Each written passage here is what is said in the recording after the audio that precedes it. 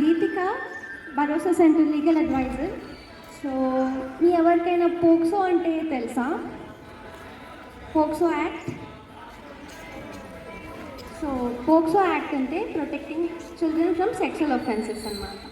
So మనం అందరం అనుకుంటాం కదా, ఇండియన్ కాన్స్టిట్యూషన్ ప్రకారము like everyone is equal before law అని.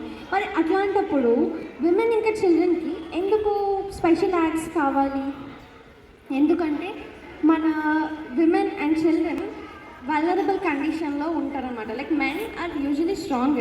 సో మెన్ ఆల్రెడీ స్ట్రాంగ్ ఉంటారు కాబట్టి వాళ్ళకి అంటే వాళ్ళ విమెన్ ఇంకా చిల్డ్రన్ ఫేస్ చేసే ప్రాబ్లమ్స్ వాళ్ళు మెన్ ఫేస్ చేయరు. అంటే ఇప్పుడు సొసైటీలో విమెన్కి డొమెస్టిక్ వైలెన్స్ జరుగుతుంది. చిల్డ్రన్ కూడా ఇప్పుడు మన పిల్లలు ఉన్నారు, మీరు ఉన్నంత అంటే పెద్దవాళ్ళకు ఉన్నంత మెచ్యూరిటీ లెవెల్స్ మీకు ఉండవు. సో మేము ఫేస్ అంటే మీకు ఒక సేమ్ కోర్ట్, ఫర్ ఎగ్జాంపుల్ ఒక కోర్ట్కి తీసుకెళ్ళాము. ఇప్పుడు మేము పెద్దవాళ్ళం ఉన్నాము, మేము పెద్దవాళ్ళం వెళ్ళి కోర్టులో మాట్లాడాలంటే కూడా మాకే భయం వేస్తుంది. అట్లాంటిది పిల్లల్ని తీసుకుపోయి పోలీసు వాళ్ళు యూనిఫామ్ జడ్జి ఇవన్నీ అంటే మీరు భయపడతారు. కాబట్టి ఇట్లా పిల్లలు పోక్సో యాక్ట్ అనేది మనకి ఎనాక్ట్ అయిందనమాట. సో పోక్సో యాక్ట్ ఏమంటారు అంటే చిల్డ్రన్కి చైల్డ్ ఫ్రెండ్లీ ఎన్వైర్న్మెంట్ ఇవ్వాలి. ఏదన్నా మనకి అసలు పోక్సో యాక్ట్ దేని గురించి పనిచేస్తుంది అంటే సెక్షువల్ అసాల్ట్ కానీ, సెక్షువల్ హరాస్మెంట్, లేకపోతే సెక్షువల్ హరాస్మెంట్ అంటే ఇప్పుడు మనని ఎవరన్నా వచ్చి బ్యాడ్గా టచ్ చేయడం కానీ, మీ అందరికీ గుడ్ టచ్ బ్యాడ్ టచ్ తెలుసా? సో మనల్ని ఎవరైనా బ్యాడ్ టచ్ చేసినప్పుడు లేకపోతే మనల్ని ఎవరైనా ఇబ్బంది పెడుతున్నారు అన్నప్పుడు దాన్ని సెక్షువల్ హరాస్మెంట్ అంటారు. లేకపోతే మనల్ని వచ్చి ఎవరైనా ఏమంటారు ఇబ్బందికరమైన ప్లేస్లో అట్లా ఏమైనా చేస్తున్నారు అని అంటే దాన్ని మనం హరాస్మెంట్ ఇప్పుడు ఫేస్ చేస్తున్నాం. ఫేస్ చేసినప్పుడు ఏం చేస్తారు మీరు? ఎవరైనా మనము మన పేరెంట్స్ కానీ మన టీచర్స్, ఇప్పుడు మీ టీచర్స్ ఉన్నారు, మీ టీచర్స్కి వెళ్ళి చెప్పాలి, మేడం నేను ఇట్లా ఫేస్ చేస్తున్నా, నాకు ఇట్లా ప్రాబ్లం వస్తుంది అంటే ఇప్పుడు వీళ్ళు వచ్చి మీకు ఏదైనా హెల్ప్ చేస్తారు. మీరే నాకు ప్రాబ్లం వస్తుంది లేకపోతే ఇట్లా అనేసి ఉండిపోతే మీరు ఇంకా ఎక్కువ ప్రాబ్లమ్స్ ఫేస్ చేస్తారు. సో అట్లా అనేసి మీరు ఎప్పుడన్నా సెక్షువల్గా అంటే ఒకవేళ ఇఫ్ ఇన్ కేస్ మీరు చూసినా కానీ మీరు దాన్ని ఎవరికి అంటే వేరే వాళ్ళకి ఇలా జరుగుతుందన్నా కానీ వెళ్ళి చెప్పాలి. ఎందుకంటే అది మన సోషల్ రెస్పాన్సిబిలిటీ, మన కోసం మనము అన్నట్టు కాదు, మన చుట్టుపక్కల ఉన్న వాళ్ళందరినీ కూడా చూసుకోవాలన్నమాట.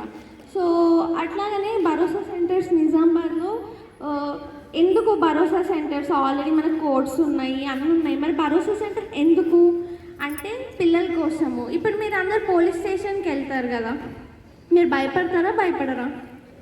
సో ఇట్లా మీరు ఎవరు భయపడకూడదు అని చెప్పేసి భరోసా సెంటర్స్ ఉంటాయి అన్నమాట. సో ఇప్పుడు మనం ఫస్ట్ ఎఫ్ఐఆర్ పోలీస్ స్టేషన్కి వెళ్ళి కంప్లైంట్ చేస్తాము. కంప్లైంట్ చేయగానే పిల్లలకి స్టేట్మెంట్ తీసుకుంటారు. యూజువల్గా ఫస్ట్ ఒక స్టేట్మెంట్ తీసుకుంటారు, నాకు ఇట్లా జరిగింది, సో ఇది నేను నీకు చెప్తున్నా అని. ఇది మీరు పోలీస్ స్టేషన్లో భయపడి చెప్పలేరు. సో ఇట్లా మీరు భయపడొద్దని మేము ఒక చైల్డ్ ఫ్రెండ్లీ ఎన్వైర్న్మెంట్ క్రియేట్ చేస్తామన్నమాట. సో మా ఆఫీస్లో ఎవరు కూడా ఇట్లా భయం పడేలాగా మిమ్మల్ని భయపెట్టేలాగా ఎవరు ఉండరు, చాలా ఫ్రెండ్లీగా ఉంటాము. సో పోలీస్ స్టేషన్లో ఎఫ్ఐఆర్ అవ్వగానే భరోసా సెంటర్కి తీసుకొని వస్తారు. సో మీరు అక్కడ మీ స్టేట్మెంట్ని ఒక ఎస్ఐ మేడం ముందు చెప్తుంటారు అనమాట. అంటే మీరు ఇన్సెన్స్ ఎవరైతే విక్టిమ్ ఉన్నారో వాళ్ళు. సో వాళ్ళు స్టేట్మెంట్ అక్కడ రికార్డ్ అవుతుంది. ఓకే, స్టేట్మెంట్ రికార్డ్ అయిపోయింది కదా, మళ్ళీ ఇంకెందుకు భరోసా సెంటర్ అని అనుకోవచ్చు. సో భరోసా సెంటర్లో విక్టిమ్స్కి మేము కౌన్సిలింగ్ ఇస్తాము. ఆల్రెడీ విక్టిమ్ చాలా ప్రాబ్లమ్ ఫేస్ చేసి ఉంటారు. ఇన్స్టాగ్రామ్, ఫేస్బుక్ ద్వారా అన్నోన్ పర్సన్స్తో రిలేషన్షిప్ పెంచుకుంటూ వాళ్ళతో ప్రాబ్లమ్స్ ఫేస్ చేసిన వాళ్ళు చాలా మంది, చాలా ఎక్కువ అలాంటి కేసెసే ఉన్నాయి. కాబట్టి మేము చెప్పేది ఏంటంటే బీ అలర్ట్. ఎవరైనా ఫోన్ యూజ్ చేస్తే కనుక పేరెంట్స్ ఫోన్ కానీ లేకపోతే మీ మదర్ ఫోన్ కానీ ఎవరి ఫోన్ అయినా యూజ్ చేస్తే కనుక ఖచ్చితంగా దానికంటూ ఒక లిమిట్ ఉంటుంది కదా, అవును కదా? సో మనం మన లిమిట్ని క్రాస్ అయితే ఏమవుతుంది, ఆ ప్రాబ్లమ్స్ అనేవి ఇంకెక్కువ అవుతాయి కానీ తగ్గుతుందా? తగ్గదు.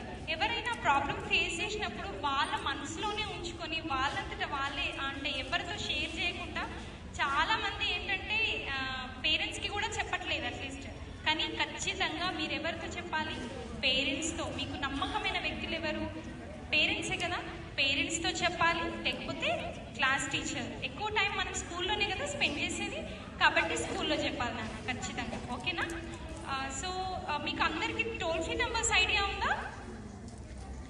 టోల్ ఫ్రీ నెంబర్స్ 100 ఎవరిది?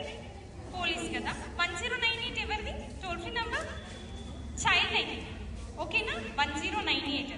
ఒకవేళ చైల్డ్ మ్యారేజ్ జరిగినా, చైల్డ్ అబ్యూస్ జరిగినా, అంటే మనకి బ్యాడ్గా వీడియోస్ చూపించిన, బ్యాడ్గా మన గురించి మాట్లాడినా, మనకి ఇబ్బంది కలిగేటట్టు ఎవరైనా మాట్లాడినా, టచ్ చేసిన, మన షోల్డర్ నుంచి మోకాల వరకు ఎవరైనా మనకి టచ్ చేసే ప్రయత్నం చేసినా అది పోక్సో యాక్ట్.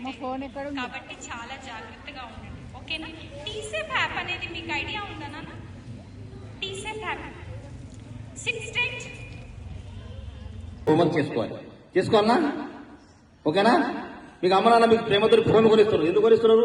మా అమ్మ పాప మా బుక్ దాంట్లో చూస్తుంది, ఏమేమన్నా మ్యాథ్స్ చూసుకుంటుంది, ఏమైనా వేరే ఏమైనా ఇంపార్టెంట్, దాంట్లో ఇంపార్టెన్స్ కూడా ఉంటుంది, మంచిగా ఉంటుంది. కానీ ఇప్పుడే మీరు 10th వరకు ఫోన్ కానీ ఏమైనా కానీ యూజ్ చేయొద్దు. అర్థమైందా? అమ్మ నాన్న కష్టపెట్టద్దు. అమ్మ నాకు ఫోన్ కొనియాలా, ఇది కొనియాలని అమ్మ నాన్నకు టార్చర్ ఏ పరిస్థితులు పెట్టద్దు. నాకు ఈ బట్టలు కావాలా, బట్టలు వాళ్ళకి తెలుసు, నీకు ఏం కావాలో వాళ్ళే చెప్తారు, ఇస్తారు. కానీ మనం కోరుకొని ఇస్తాం. నువ్వు ఇచ్చేది ఏంది అమ్మ నాన్నకు గిఫ్ట్?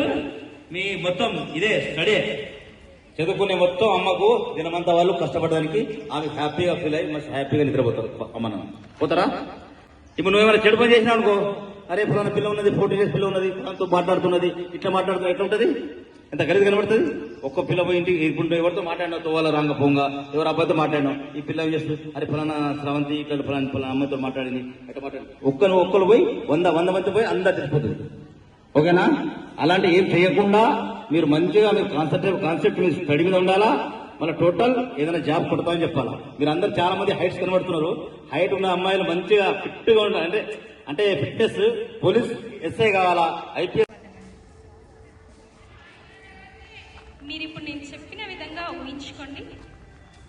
మీ 2 చేతులను చాచినంత దూరంలో ఒక బంగారు వలయం ఉందని ఊహించుకోండి. మీ 2 చేతులను చాచినంత దూరంలో ఈ బంగారు వలయం ఉందని ఊహించుకోండి. మీరిప్పుడు సురక్షితమైన వాతావరణంలో ఉన్నారని నమ్మండి. శ్వాసని నెమ్మదిగా పైకి పీలుస్తూ breathing slowly. Thank you so much, ma'am. So valuable information is given to our children. Thank you, sir, for telling them to get up at 5 o'clock. That is more essential